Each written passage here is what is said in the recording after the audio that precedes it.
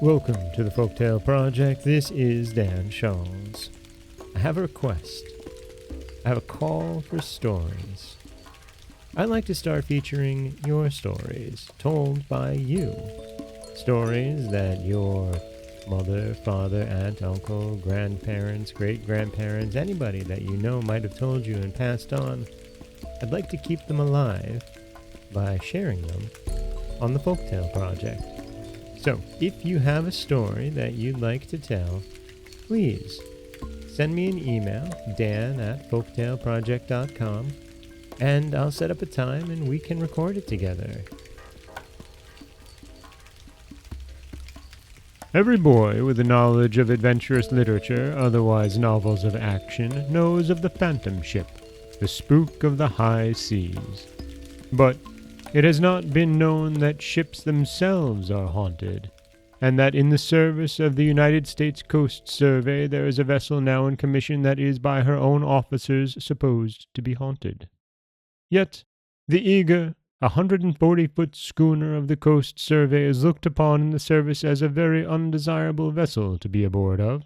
About her there is an atmosphere of gloom that wardroom jest cannot dispel. Duty on board her has been shunned as would be a pestilence, and stories have been told by officers who have cruised aboard her that are not good for timid people to hear. Officers have hesitated about telling these uncanny stories, but they have become sufficiently well known to make a billet to duty aboard the Eager unwelcome among the Coast Survey men. The Mohawk was launched June 10th, 1875 at Greenpoint, and she was then the largest sailing yacht afloat. William T. Garner, her young millionaire owner, was very proud of his new craft, and all the then leaders of New York society were invited to participate in the good time afloat with which her launching was celebrated.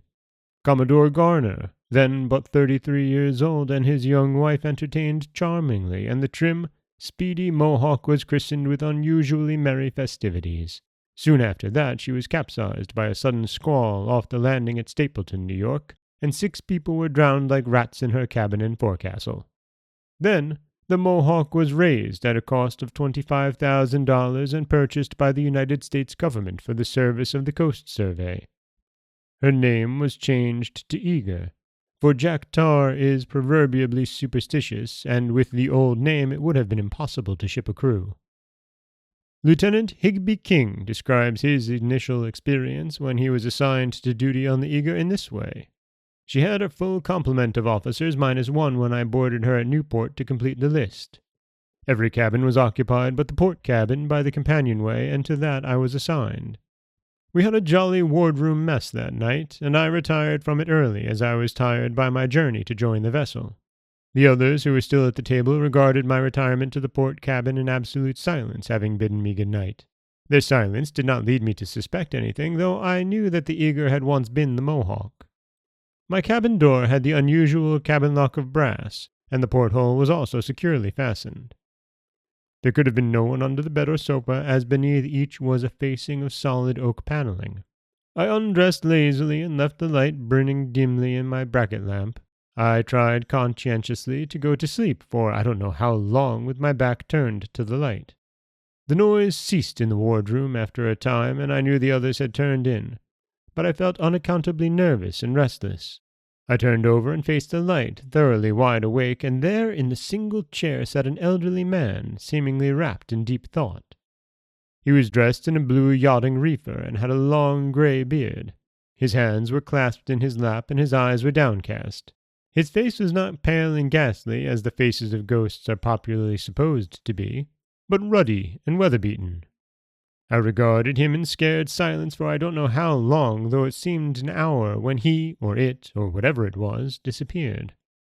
During that time the ghost, as such I now believe it to have been, made not a motion, nor did it say anything. Presently I looked again, and it was gone. At breakfast the others watched me critically as I took my seat. I had not intended to say anything about my experience, for I thought then that I had seen some sort of hallucination, and strongly suspected that I was verging on insanity. Lieutenant Irving asked me if I had slept well. I replied that I had. "Didn't you see anything?" he inquired. I then frankly admitted that I had, and described my experience. Then I learned that each one of the 7 others present had tried the port cabin at one time or another, and each had seen the selfsame apparition. It had acted in exactly the same way in each case except in the case of Irving, who shot at it with his pistol when it immediately disappeared. Some of the others had been led by their curiosity to inquire if anyone lost on the Mohawk resembled the figure, and found that none of the unfortunate ones at all fitted that description. It had been dubbed by them the Misfit Ghost. That one experience was enough for me, and I, after that, by courtesy, shared the cabin of another fellow.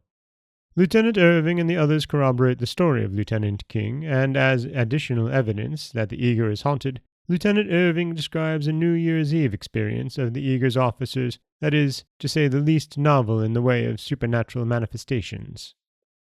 It was a mess. The first toast, sweethearts and wives, had been drunk, as it always is by Yankee sailors the world over on occasions of festivity. Everyone was feeling happy, or as Thackeray has it, pleasant, when suddenly the sliding doors separating the wardroom from the companionway closed slowly with a loud squeaking noise. They had seldom been closed, and it took the entire strength of a man to start them from their rusty fastenings. Yet upon this occasion they started easily and closed tightly, while the officers jumped to their feet in breathless astonishment. 6 men hauled them open in haste, but not a soul was behind them or anywhere about. "It must be our old friend of the port cabin," suggested one, and in awe-stricken silence the health of the Misfit Ghost was drunk. This is Dan Scholes for the Folktale Project. Don't forget that you can subscribe to the podcast on Apple Podcasts, Spotify, anywhere that you like to get your podcasts. You can follow us on Instagram and Threads at Folktale Project. If you'd like to help support the project, you can head over to patreon.com/folktaleproject. Or you could always just share the stories with someone you love. I do appreciate that.